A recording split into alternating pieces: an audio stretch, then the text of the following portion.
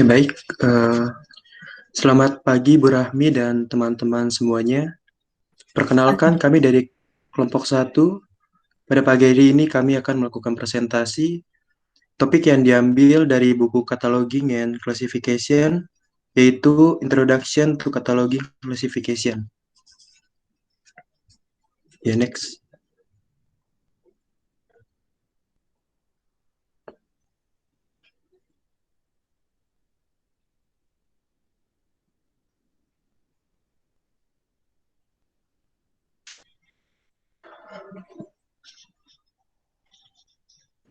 Belum keubah ya, Nin?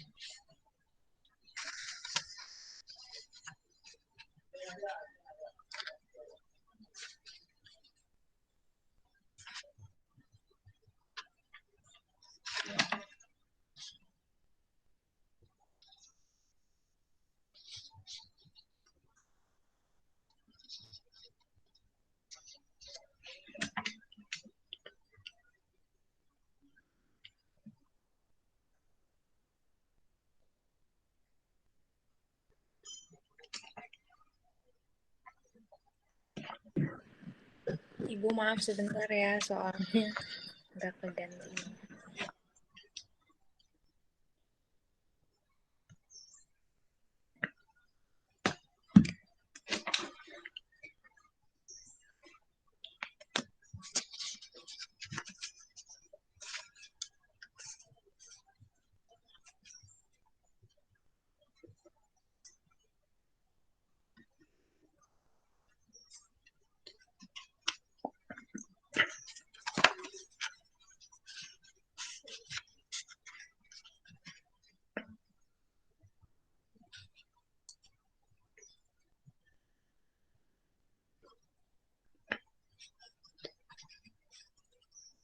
Boleh slide kedua, Pin?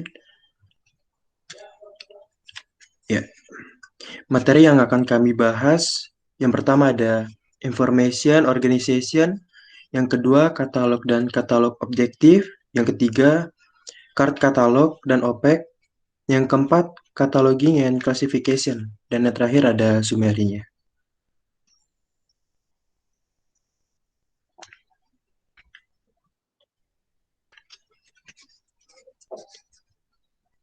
Berikut merupakan anggota dari kelompok 1, yaitu ada Anissa Aninditya Setianingrum, Maulidia Arsya Setiawan, Katarina Aloysia, Muhammad Saiful Arifin, Nabila Rahmawati, dan saya sebagai moderator Yeremia Ignatius.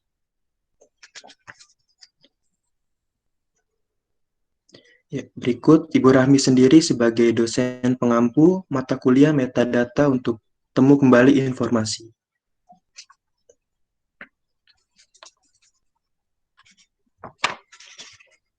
Materi pertama akan disampaikan oleh Muhammad Saiful Arifin.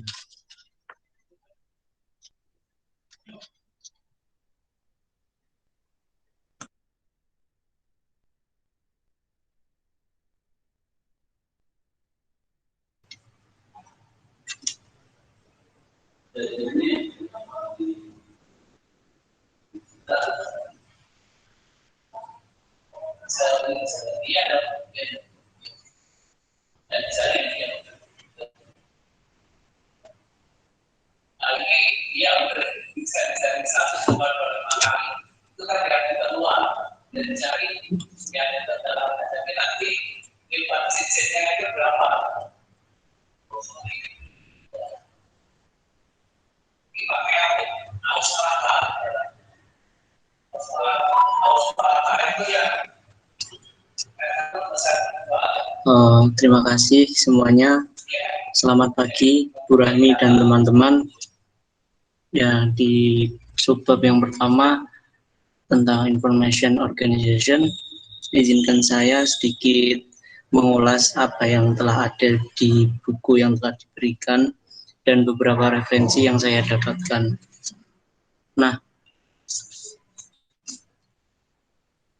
Nah, information organizations itu sendiri,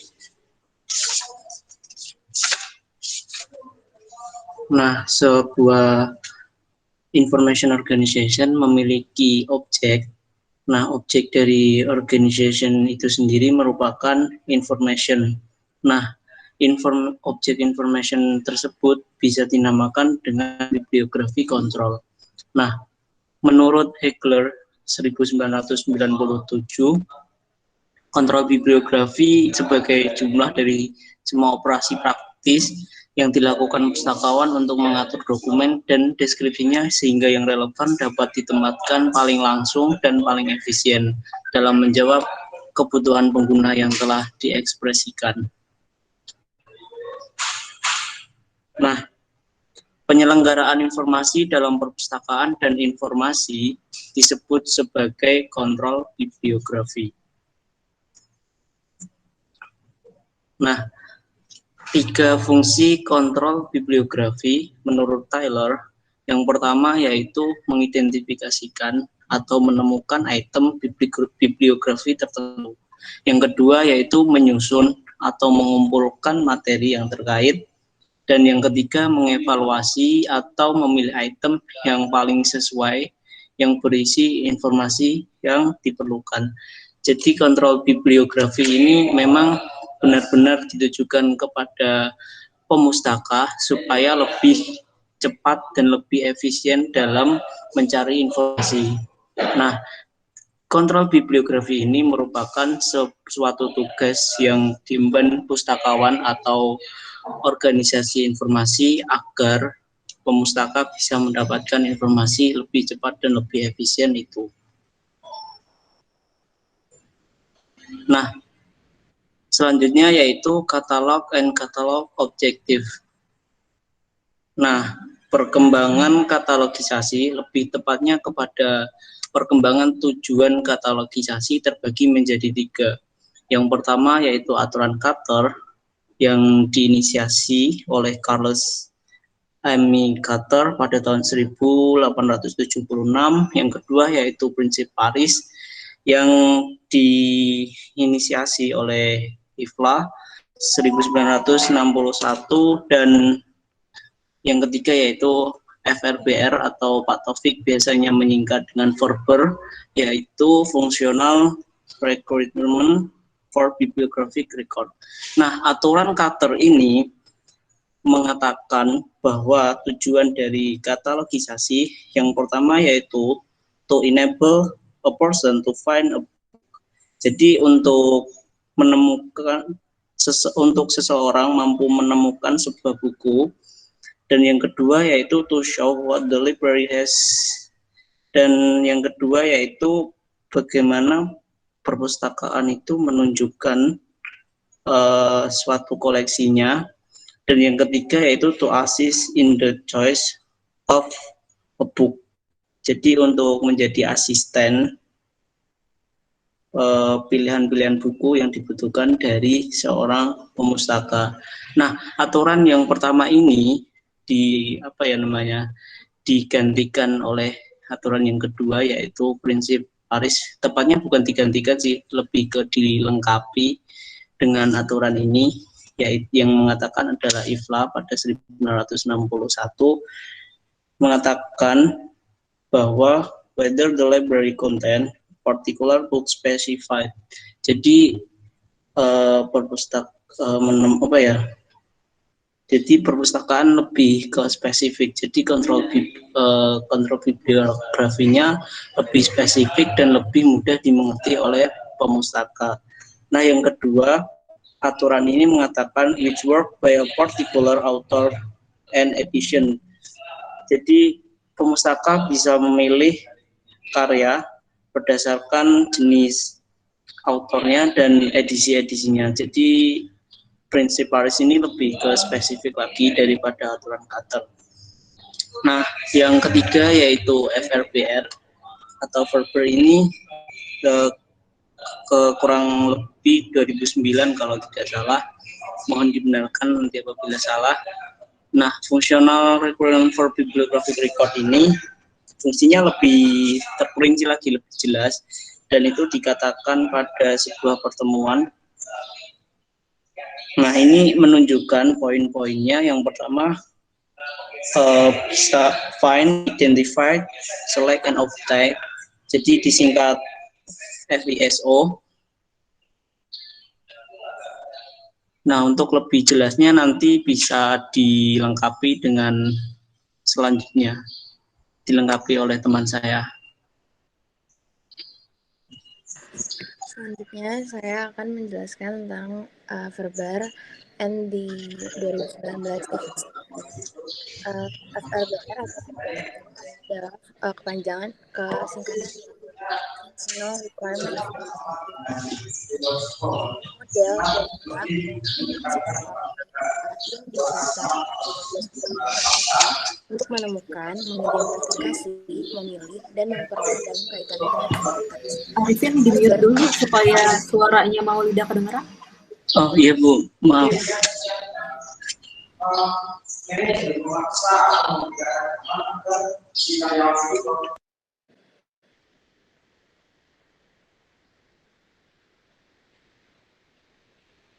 Oke. Verber memodelkan alam semesta bibliografi menggunakan berbagai entitas dan hubungan yang lebih kaya, yang secara signifikan mengubah kemungkinan pengorganisasian sumber daya bibliografi. Prinsip-prinsip yang terdaftar dimaksudkan terutama untuk memandu pengembangan kode katalog dan untuk menyediakan pendekatan yang konsisten untuk mendeskripsikan semua jenis sumber bibliografi. Next. Nah, di bagian 4 dari pernyataan daftar tujuan dan fungsi katalog yang diperbarui, disediakan tujuan ini dikaitkan dengan Svenonius di tahun 2000, yaitu satu, menemukan satu atau set sumber daya, dua, mengidentifikasi sumber bibliografik, yaitu mengkonfirmasi bahwa entitas yang dijelaskan sesuai dengan entitas mencari atau membedakan antara entitas dengan karakteristik serupa. Ketiga, memilih sumber bibliografi yang sesuai. Keempat, memperoleh atau mendapatkan akses ke item yang dijelaskan. Kelima, menavigasi dalam katalog dan seterusnya. Tujuan dan fungsi ini dipengaruhi oleh fakta bahwa bentuk-bentuk alternatif untuk setiap karya dapat ada dan yang memperoleh akses ke item tertentu atau mengakses materi terkait lainnya melalui katalog atau database bibliografi lainnya sangat penting. Next. Nah, selanjutnya ada card catalog and OPEX. Berbagai pengamatan dapat dilakukan tentang dua bentuk katalog yang berbeda ini. File yang paling penting adalah 1. Data dikodekan menggunakan standar katalog dan klasifikasi yang sama dalam kedua kasus. Lihat misalnya nomor klasifikasi dan deskripsi halaman dan ukuran barang itu. Lebih mudah untuk memahami informasi seperti yang ditampilkan dalam katalog terkomputerisasi, seperti yang ada di label untuk setiap bidang yang dalam banyak kasus dapat dipahami. Yang kedua, mengartikan informasi pada kartu katalog lebih sulit karena membaca setidaknya perlu memiliki pengetahuan dari kode yang digunakan dan pengaturannya pada kartu. Oke, next. Katalog buku, microform, dan CD-ROM telah digunakan, tetapi dalam format dahulu, katalog kartu adalah jenis yang paling luas, sekarang digantikan oleh OPEC. Dalam katalog kartu, catatan bibliografi disusun dengan tulisan tangan atau dicetak kartu-kartu. Semua informasi dikodekan menggunakan berbagai kode yang disebut sebagai kode katalog dan klasifikasi atau standar. Kode atau standar ini memungkinkan pustakawan untuk menjelaskan kepemilikan mereka dengan cara yang konsisten dan juga memandu mereka tentang data apa yang seharusnya mereka miliki pertahankan untuk setiap item. Selanjutnya. Oke. Selain itu, kurang fleksibel untuk memelihara informasi dalam bentuk tulisan tangan atau kartu yang dicetak. Sebagai perubahan sekecil apapun dalam kode atau pengayaan daftar subjek, perubahan yang diperlukan pada bahan tertulis atau cetakan. Penciptaan dan bahkan penyimpanan katalog adalah masalah lebih lanjut yang menjadi perhatian perpustakaan karena kartu-kartunya berbeda dimensi. Kartu-kartu tersebut bisa diproduksi sendiri, yaitu di perpustakaan oleh staf lokalnya, atau dibeli dari perpustakaan kongres atau perusahaan komersial. Kartu-kartu itu disimpan di lemari yang ditambahkan untuk persyaratan ruang perpustakaan dan aturan khusus untuk mengarsipkannya dikeluarkan oleh Asosiasi Perpustakaan Amerika. Selanjutnya akan dilanjutkan oleh teman saya. Terima kasih.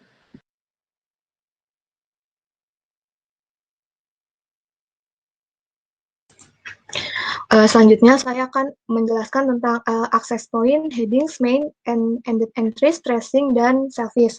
Untuk mempermudah proses temu kembali informasi, maka dari setiap data bibliografi disediakan beberapa titik akses yang berbeda dalam kartu katalog.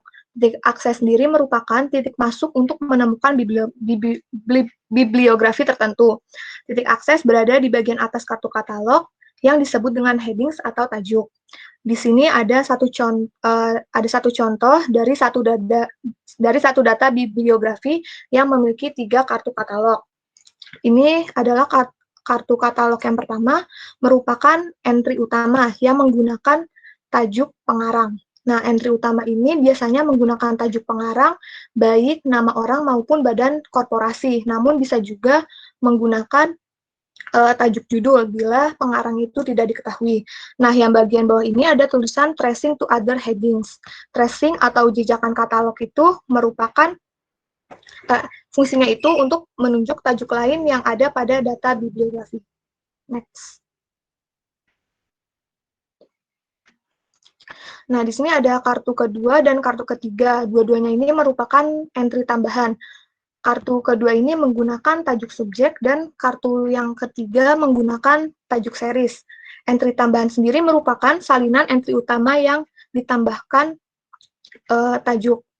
Lalu biasanya satu item atau karya itu memiliki 6-8 katalog. Misalnya, terdapat 6 katalog.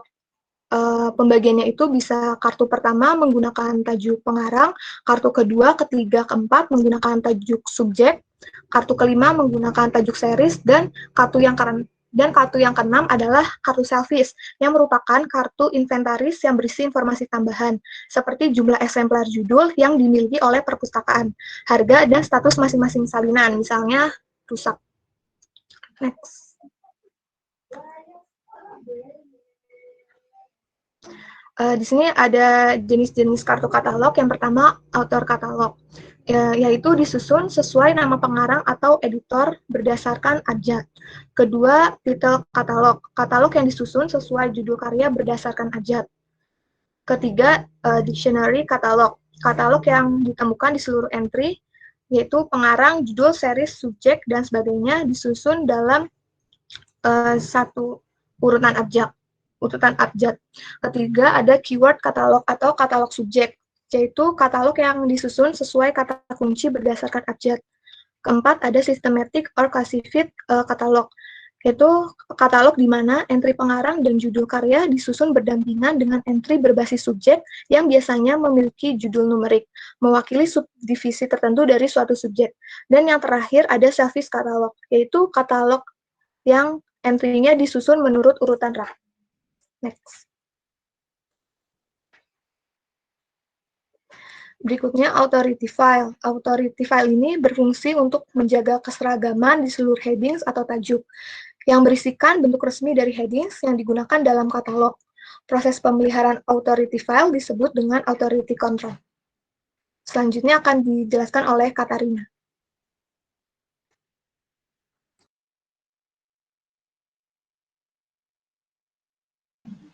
Selanjutnya adalah OPEC. OPEC itu adalah katalog terkomputerisasi yang memiliki keunggulan tertentu dibandingkan jenis katalog kartu lainnya. Yang pertama itu tidak perlu mereplikasi catatan untuk menyediakan jalur akses yang berbeda. Kedua, yaitu hanya ada satu catatan bibliografi elektronik per item. Ketiga, dapat diakses dan ditampilkan dalam berbagai mode, baik melalui jaringan lokal perpustakaan ataupun web. Yang keempat, yaitu pemeliharaannya lebih mudah dan lebih hemat pastinya. Dan yang terakhir adalah berbagi informasi antar sistem perpustakaan dimungkinkan. Next. Nah, ini adalah contoh OPEC tadi. Yang sebelah kiri itu adalah catatan bibliografi dari katalog online di Perpustakaan Inggris, dan sebelah kanan itu katalog online yang di Perpustakaan Nasional Australia.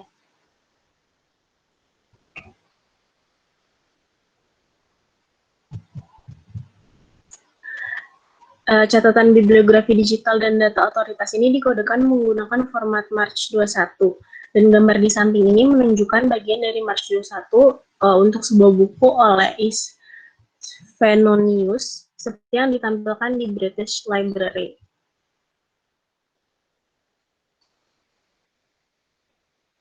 Selanjutnya itu cataloging dan classification.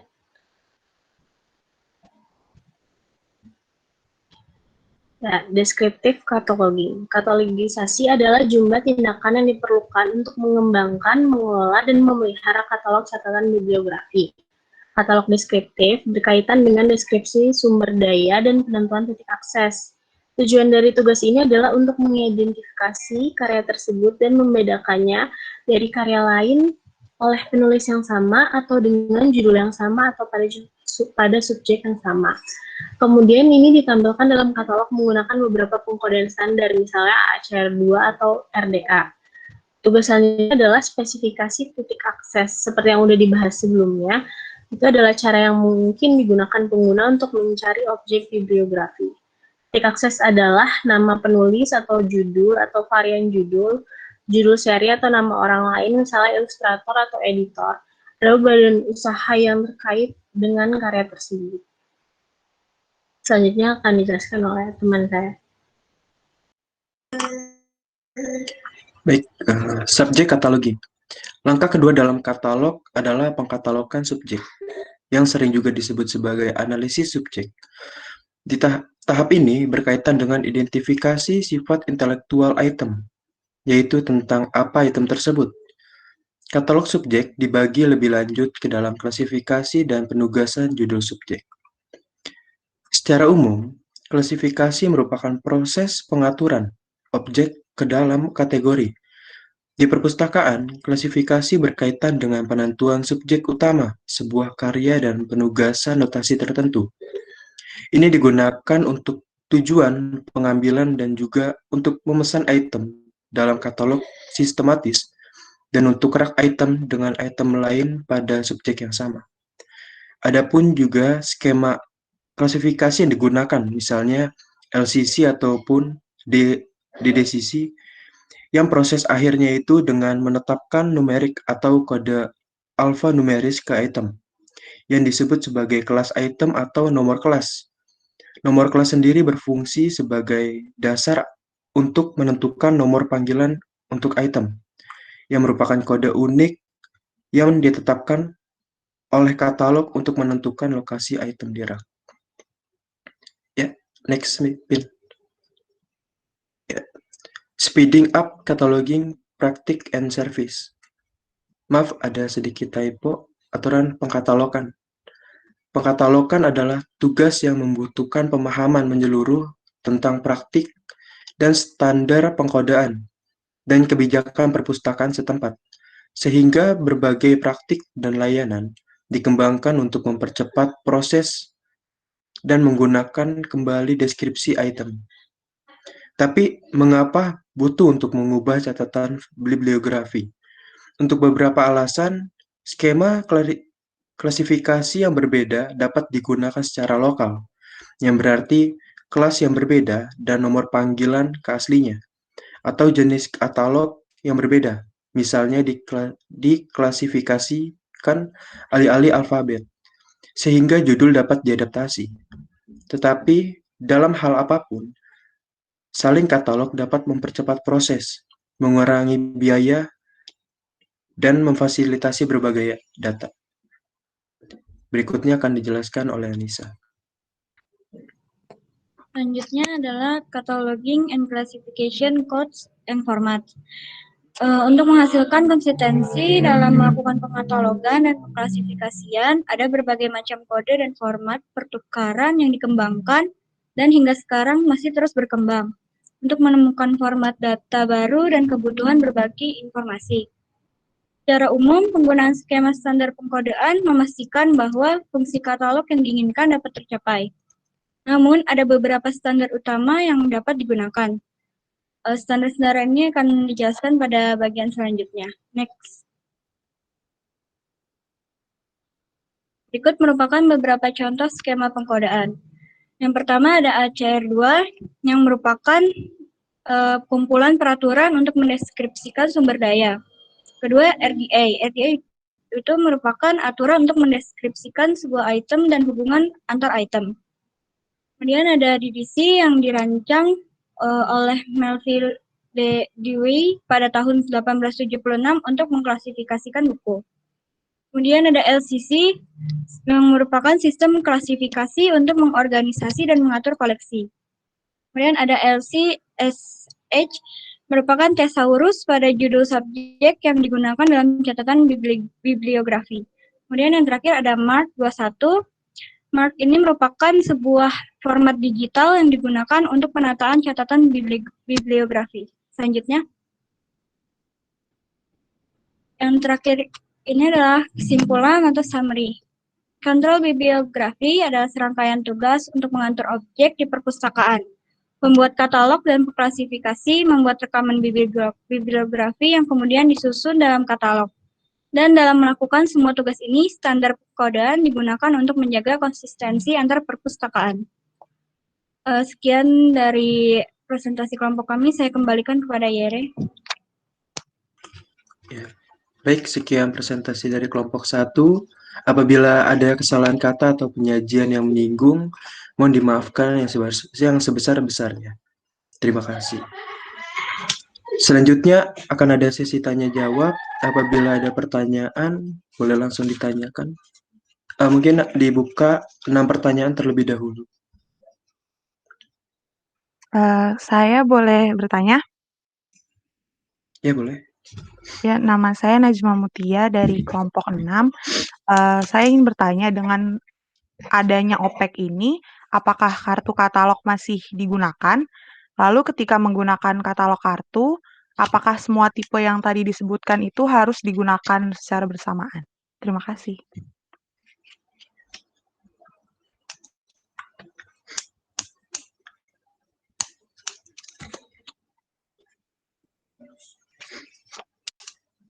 Ada yang ingin bertanya lagi?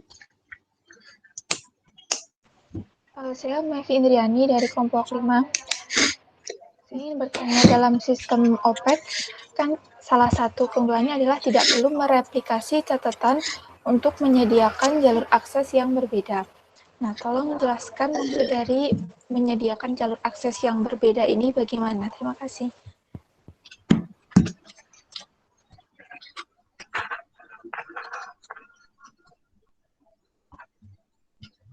Terima kasih, Mevi.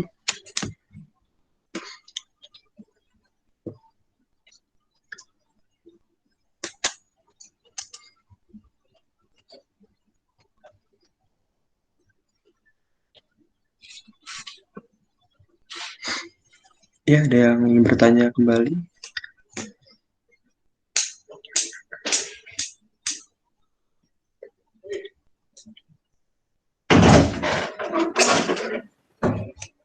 Saya ingin bertanya.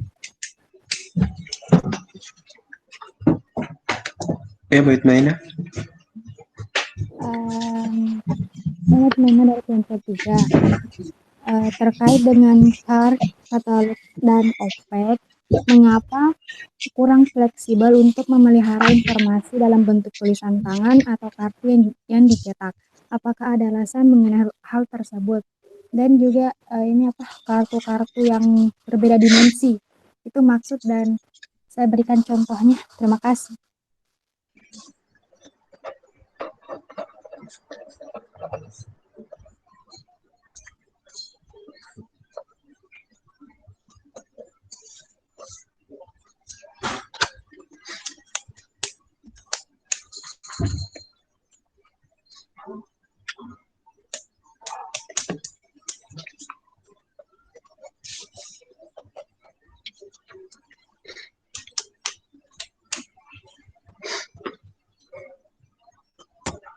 Ya, ada lagi yang ingin bertanya? Saya Muhammad Hafiz Ardentiko dari kelompok 2 ingin bertanya. Mohon maaf sebelumnya terdengar suara saya? Ya, terdengar. Oh ya. Tadi di PPT dijelaskan OPEC itu memiliki keunggulan tertentu dibandingkan jenis kartu diantaranya kan. Nah, yang saya tanyakan, apakah OPEC itu tetap mempunyai kekurangan sebagai sistem pencarian digital? Terima kasih.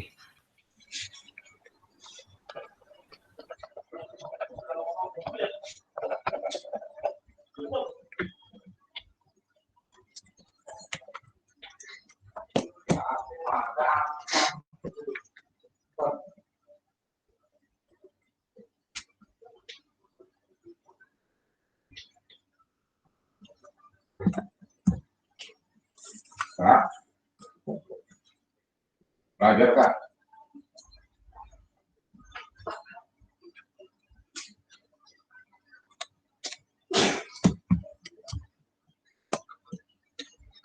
Ada lagi yang ingin bertanya? Saya ingin bertanya. Koi. Perkenalkan, nama saya Kuni Yulia Suara dari kelompok 4. Untuk slide ke-16, kalau nggak salah ya ada bagian kartu katalog itu. Di situ kan dijelaskan kalau katanya kartu itu dapat diproduksi oleh staf perpustakaan lokalnya atau bahkan dibeli dari perpustakaan kongres atau perusahaan komersil. Kalau begitu kan artinya kalau diproduksi sendiri bisa saja mengeluarkan biaya yang lebih murah. Kalau begitu, apakah masih ada yang membeli dari perpustakaan kongres atau perusahaan komersil? Terus kenapa harus membeli kalau bisa diproduksi sendiri? Gitu pertanyaan saya. Terima kasih.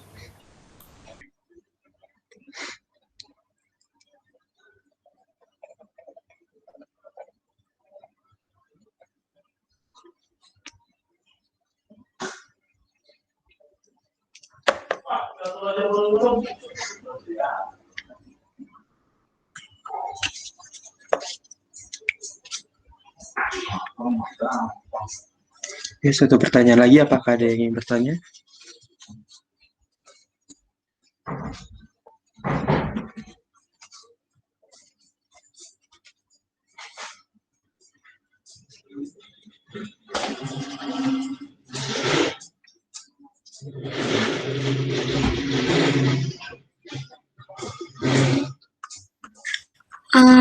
Perkenalkan, nama saya Zahwa Amalia Safitri. Saya ingin bertanya, jadi kan di PPT disebutkan bahwa skema pengkodean itu terdiri dari 6 ya. Di antara 6 ini yang paling banyak digunakan saat ini apa dan kenapa memakai sistem itu ya? Terima kasih. Ya, terima kasih, Zahwa.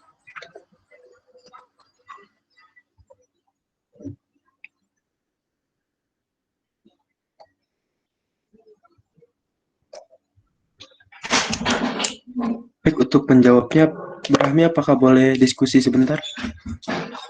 Terima kasih, Bu. Silakan.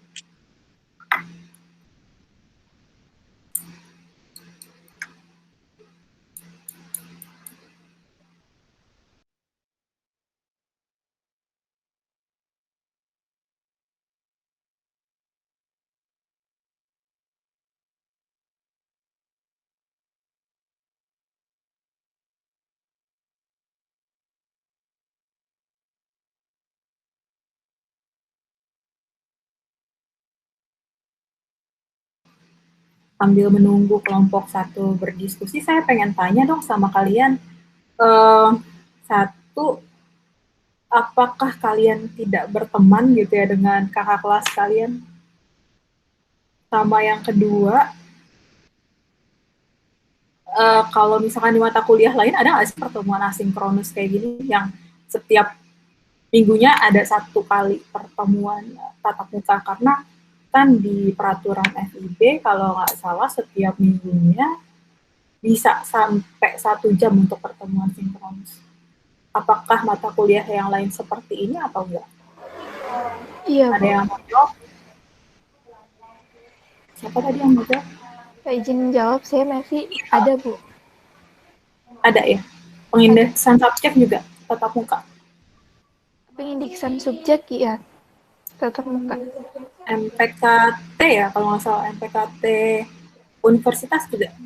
MPKT itu kalau di MPKT 13 ada tatap muka 3, kan ada tuh apa, di setiap 3 kali pertemuan itu ada 1 yang sinkronus. Oh, oke. Jadi kan di sini ada 21 SKS ya, berarti semester 2 ya, MPKT, dasar-dasar ilmu pengetahuan budaya, metadata, pengindeksan subjek, manajemen arsip dinamis, sama PDLI, pangkalan data untuk lembaga informasi, itu semuanya ada? Iya. Ada, Bu. Oke. Terus yang kedua, yang pertama tadi, apa kalian nggak ada forum untuk berkenalan dengan kakak kelas kalian? Kalau dari Imasip, kemarin pas waktu awal ospek itu ada, Bu, dari ospek jurusan pas awal-awal itu ada. Untuk apa ya namanya, sharing session gitu tentang kelas metadata tuh kayak gimana sih, kayak gitu. Apa kalian punya gambaran sebelumnya dari kakak kelas atau enggak? Waktu itu kalau saya dari Bang yang saya lupa namanya, itu kan perkenalan ya. Nah itu dia minta waktu perkenalan, kalau nggak salah sama satu angkatan itu pakai Google Meet, terus dia cerita-cerita tentang mata pelajaran gitu. Kalau misalnya ada yang nanya kayak spill Enggak sampai minta materi gitu, enggak dong materinya kalau misalkan mau gitu, enggak? Ada beberapa sih gitu. Waktu awal juga dikasih sampai semester 1 ada ini grup kelas buat apa namanya, dibagi kelompok-kelompok kan, terus di situ ada kayak tutor gitu sampai semester 1. Semester 2 nggak ada berarti? Cuma sampai semester 1 aja? Iya, kakak kelas sendiri ngadainnya sampai semester 1. Oke. Semester 2 nanti ada juga sih pertemuan-pertemuan nanti dengan kakak kelas, karena kami kan hitungannya masih mahasiswa baru.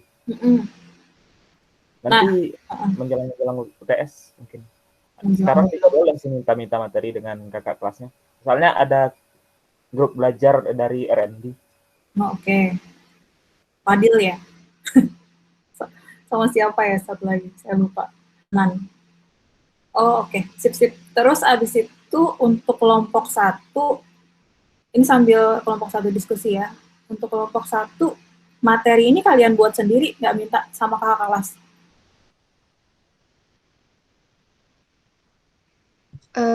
Iya, Bu, kita pedomannya sama buku yang Ibu kasih. Oke, baiklah. Sebenarnya tahun lalu saya buat presentasinya dari bab 1 sampai bab 7. Terus habis itu nggak jauh beda sih sama yang kalian presentasikan, cuman lebih compact aja. Nanti saya share di grup untuk kelompok 2 dan selanjutnya bisa pakai materi saya tahun lalu, tapi asal di reparafrase, nggak langsung nempelin gitu aja, nggak langsung copy paste dari presentasi saya sebelumnya di tahun lalu sama apa yang kalian presentasikan ya. Jadi saran saya sih, coba tanya sama kakak kelas kalian, karena materi saya nggak jauh-jauh dari dari tahun lalu. Setiap 3 tahun sekali saya pasti bakal rombak semuanya. Terus, nanti juga kalau misalkan kalian jadi kakak kelas, jangan pelit-pelit sama adik kelas kalian ya tentang materi ini. Jadi bisa sharing gitu. Sip. Oke, kelompok 1 silakan kalau sudah ada jawabannya.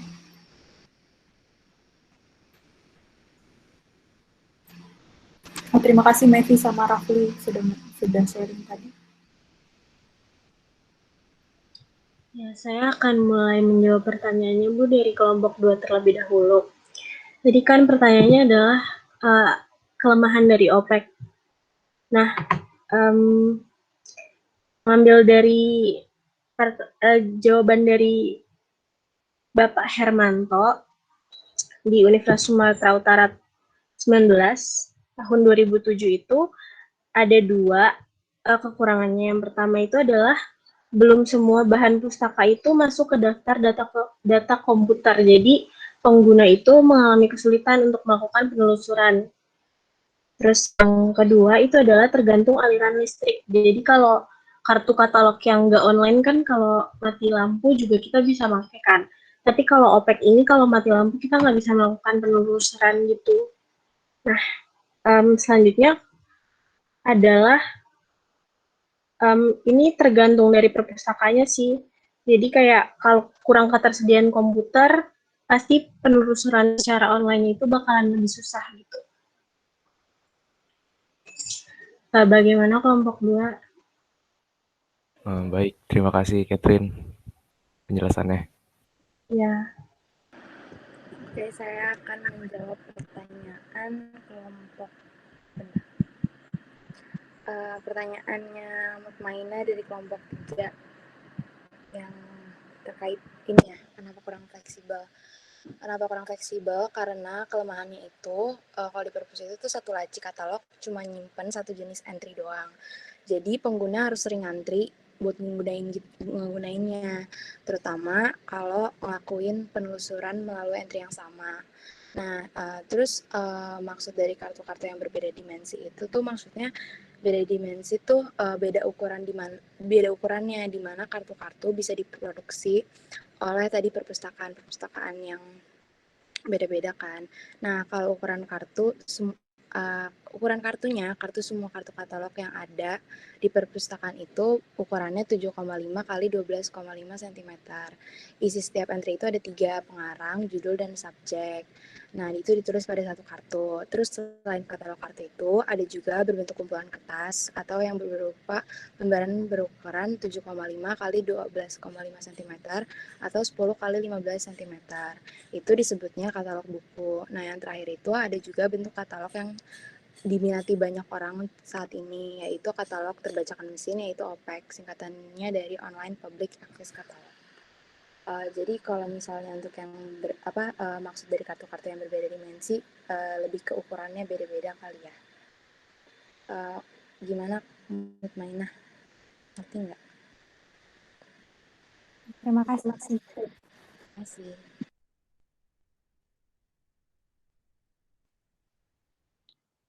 Saya akan menjawab pertanyaan dari Zahwa.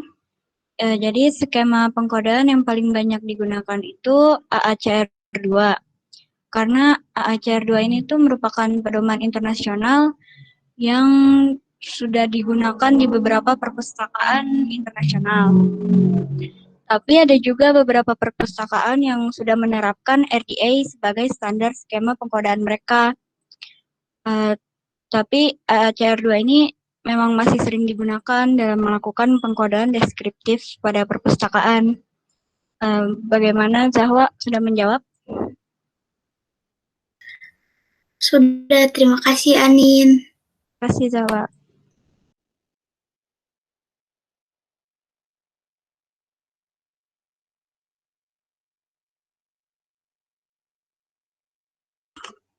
Ya, Remy ingin menjawab pertanyaan dari Koini ya.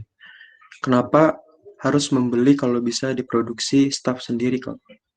Tapi kalau menurut saya kan semua perpustakaan bisa memproduksi kartu sendiri. Jadi karena ada namun jarang, mungkin karena ada keterbatasan fasilitas maupun sumber daya manusianya sendiri yang bisa mengerti atau bisa paham dengan cara pembuatannya.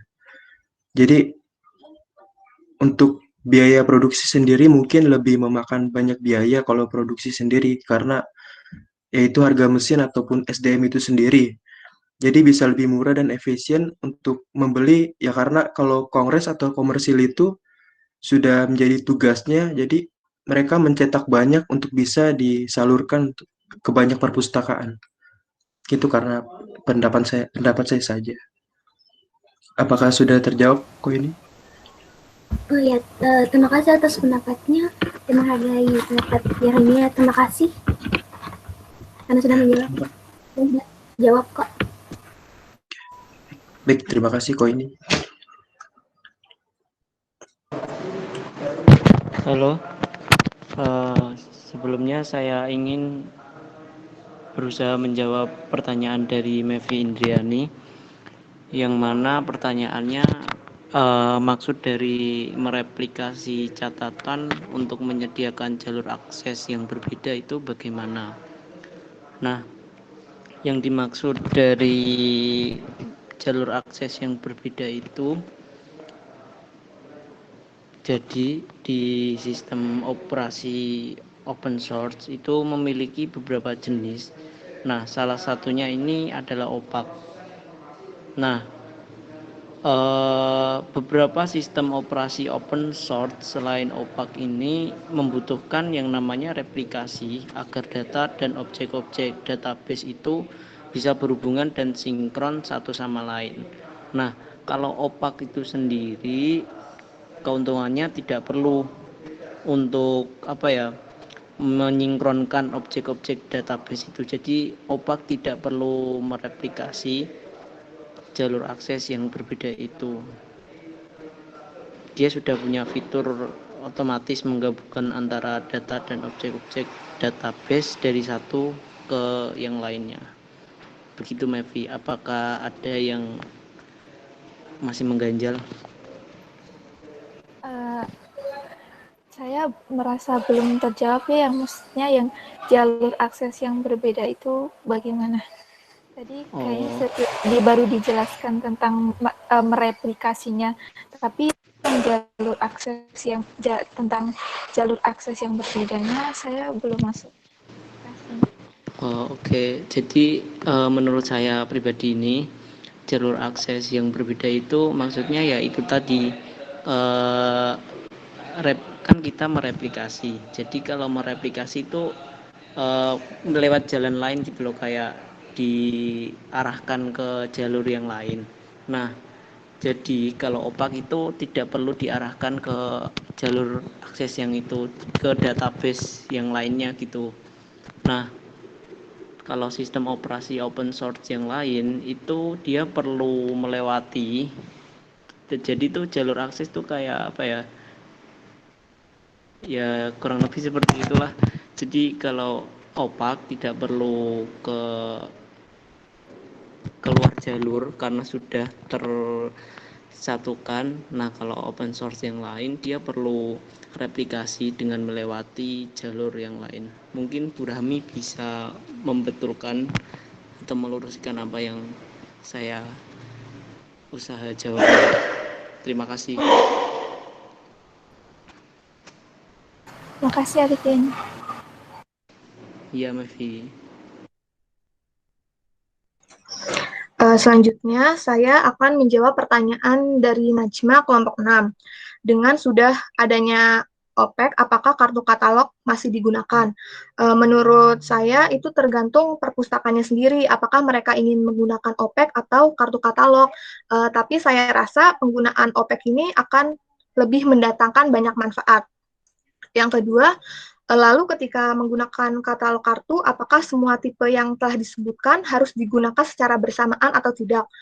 Menurut saya, jika perpustakaannya masih ingin menggunakan kartu katalog, jenis-jenis kartu katalog tersebut yang sudah dijelaskan itu masih bisa digunakan secara bersamaan, namun tidak harus semuanya, karena untuk melakukan pengaturan terhadap satu jenis katalog saja itu sudah rumit, apalagi melakukan pengaturan terhadap beberapa jenis katalog. Tapi tergantung perpustakaannya, mereka mampu mengkombinasikan banyak jenis katalog atau tidak. Terima kasih. Apakah sudah menjawab, Najma? Oke, terima kasih jawabannya, Nabila Rahmawati. Iya, sama-sama.